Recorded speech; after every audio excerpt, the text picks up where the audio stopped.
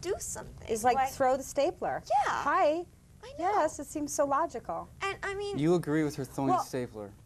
I don't necessarily agree, but the That's way your impulse. but yeah, I I mean- followed it. I did something about it. Postal right? workers have that impulse. Okay, okay.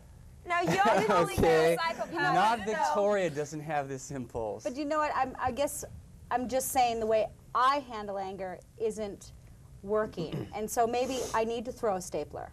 You know what I mean? It's like I have it all pent up, and it's like, you know. Because you can sigh. You're like, at least I did that. Okay, no. Yeah, it's like. You know, because you just Right. want to do something, and he's using these big fancy words that I don't even understand. Psychopath, I understand.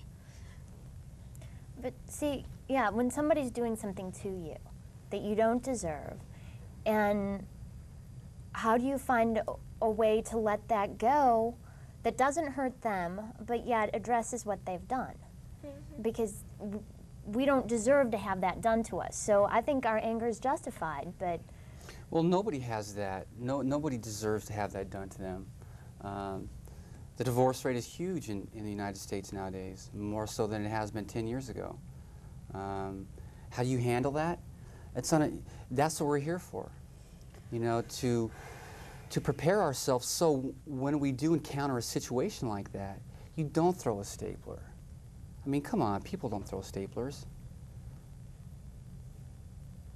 You know, people don't take guns in the workplace and kill everybody just because they got fired or they're mad because they have to work for 8 hours.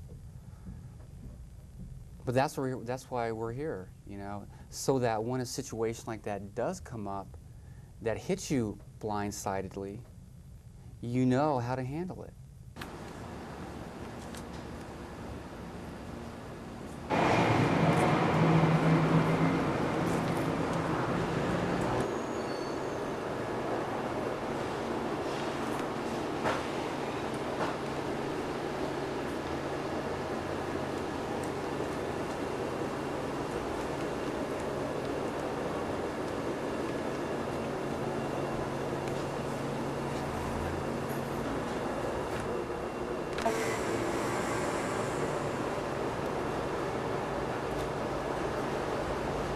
And at least you'll have some tools at your disposal to use. Okay, we talked about not throwing a stapler. Let me go outside, count to 20. Okay. I couldn't count to 20 Go back because I inside. couldn't excuse myself. I know sometimes those emotions are just like, I mean, they just, Oh, yeah. you know, and it's like the last thing you want to go do is go count. I mean, you want to deal with the situation. There's a situation happening, and it's like there are no other options at the moment, you know? No, there are always options. I mean, yeah, when you're caught up in that rush of adrenaline, and Is that what that is? Just well, your endorphins start to open up when you get excited, when you're in love, when you're angry. You know, your endorphins just open up, and sometimes there's no way of controlling that. That's why people fall in love. That's why, you know, people get mad, throw things, and a lot of times you can't control that. You know, but you have to be stable enough as an individual to not go crazy, to not end up in jail, you know, to not get yourself in trouble. I mean, come on, we don't live, you know, in the 1800s, or we don't live in the Midwest, not in the Midwest, but in the old Western days where you take out a gun. Okay, I don't like the way you look. Let's go have a gunfight. Maybe that was Come better, on. though. You know, this is the year 2000. We don't do that now. There are rules, unfortunately, that we have to live by. You know, you can't just take your boss out back and have a gunfight with him.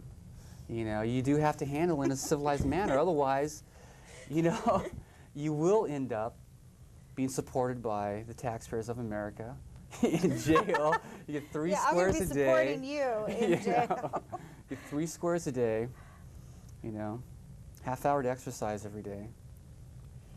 No staplers. And a lot of stuff to read. No staplers. No shoelaces either. That's right. No sharp objects. Thanks. You know, so that's something. I mean, that's a given. You know, this is the year 2000, and we do have rules to live by. You know, and so the goal is just to, you know, be secure with yourself. That's what we're all working through here. so that when something like that does come up,